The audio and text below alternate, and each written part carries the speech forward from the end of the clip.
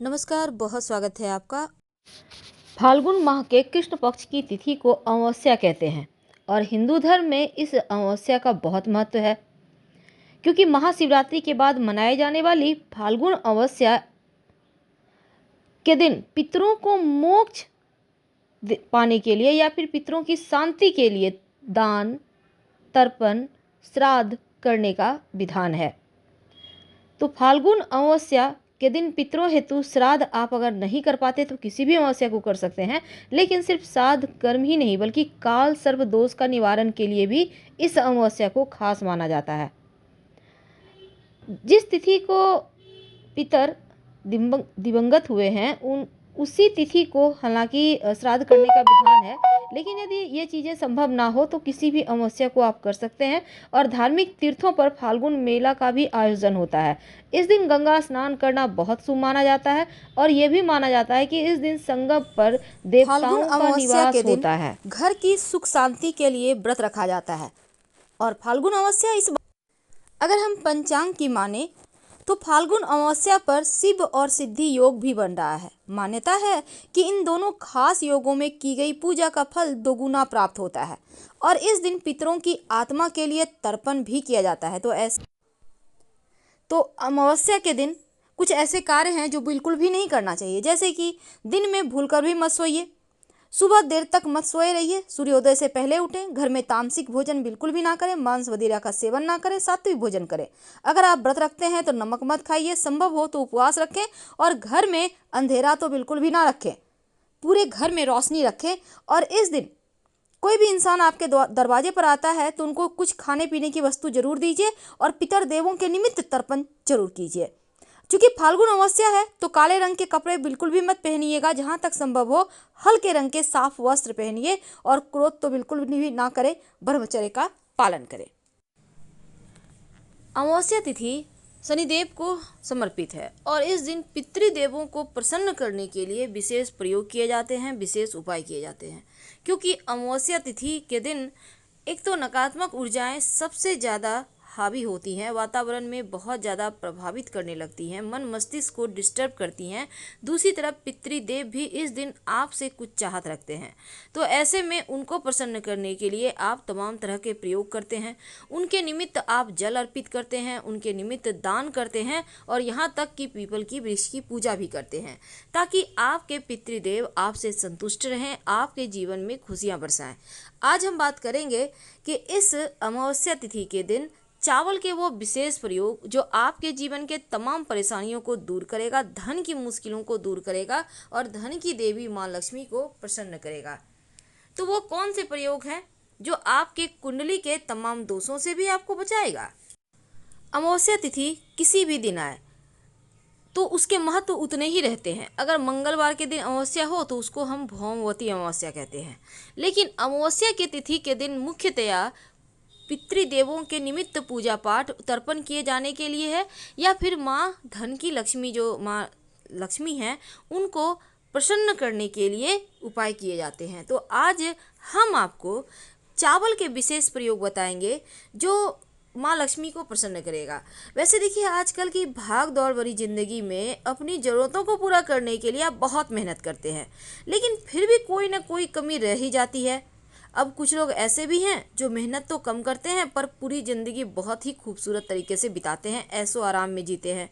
ज्योतिष कहता है कि कभी कभी ग्रह संबंधी बाधाओं के कारण धन की मुश्किलें परेशान करती है, तो ऐसे में एक छोटा सा प्रयोग करके आप धन की मुश्किलों से बच सकते हैं, बाहर निकल सकते हैं। तो चलिए आज हम बात करेंगे चावल की। और ज्योतिष कहता है कि चावल बहुत ही ज़्यादा पूजनीय है, माँ लक्ष्मी को सबसे ज़्यादा पसंद है। पूजा पाठ में बिना चावल के प्रयोग का आपका पूजा संपन्न ही नहीं होता। और चावल सिर्फ भगवान श्री हरि को नहीं अर्पित किए जाते, बाकी तमाम देवी देवताओं को अर्पित किए जाते हैं।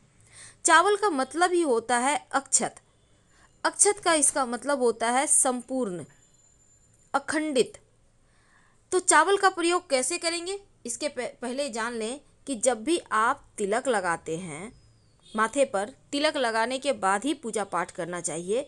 तो तिलक लगाने के बाद उस पर 2-4 दाने चावल के जरूर चिपकाएं। ऐसा करने से कुंडली में जो चंद्रमा की स्थिति है वो मजबूत होगी और आपको शुभ फल देने लगता है। जीवन में धीरे धीरे मानसिक समस्याएं समाप्त हो जाती है, आनंद बढ़ता है और आप जो टेंशन में रहते हैं वो टेंशन दूर होने लगता है। तिलक आप किसी भी चीज़ कर सकते हैं, जैसे रोली को गीला करके लगा सकते हैं, चंदन का लगा सकते हैं, किसी भी चीज़ का लगाएं, पर चावल जरूर चिपकाएं, क्योंकि इससे आपकी कुंडली का चंद्रमा मजबूत होता है, धन की मुश्किलें दूर होती है। कई बार क्या होता है, धन की मुश्किल बहुत परेशान करती है, तब ऐसे में अमावस्या तिथि के दिन एक छोटा सा प्रयोग किया जाता है। ये प्रयोग आप कभी भी कर सकते हैं, शाम में भी जाके कर सकते हैं। वैसे अमावस्या तिथि है तो घर की अधिकतर महिलाएं व्रत रखी होंगी, नहीं भी रखे हैं तो कम से कम लहसुन प्याज तो नहीं ही खा रहे होंगे। तो एक छोटा सा काम कीजिएगा, क्या करेंगे कि धन की मुश्किलें दूर हो जाए। देखिए, सोमवार का दिन भले ही शिव जी को समर्पित है, लेकिन अमावस्या तिथि के दिन अगर, चूँकि इस दिन चंद्रमा क्षीण रहता है तो मन की परेशानियां बढ़ जाती है, और चंद्रमा के स्वामी जो है वो शिव है, तो उनको प्रसन्न करने के लिए एक छोटा सा प्रयोग कीजिएगा।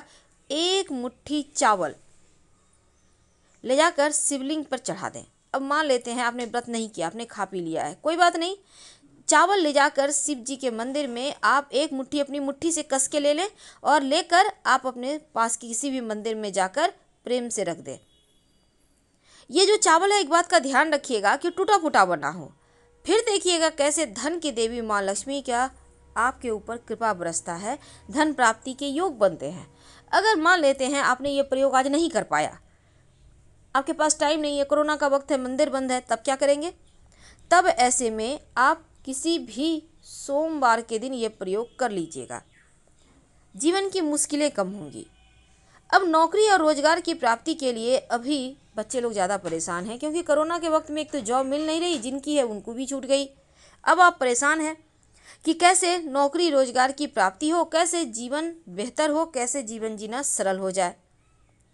एक छोटा सा काम करें, आपके घर में चावल है, अब चावल को मीठे चावल बनाइए, यानी उसमें आप थोड़ा सा दूध चीनी वगैरह डालकर मीठा चावल बना लें, कौवे को खिला दें, कहीं ऐसी जगह डाल दें जहां कौवा आता हो।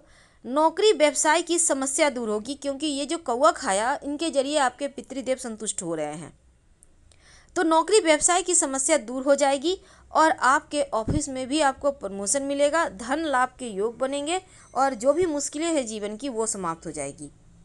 तो आपको कौवे को खिलाना है आप इस अमावस्या के दिन। अगर आपके घर में चावल बन चुका है तो चावल में ही थोड़ा सा 2-4 चम्मच दूध और थोड़ा सा चीनी मिलाकर आप रख सकते हैं, कोई दिक्कत नहीं है। अब जीवन में हर कोई चाहता है कि धन की बरकत हो, लक्ष्मी स्थिर रहे, लक्ष्मी छोड़कर कहीं ना जाए।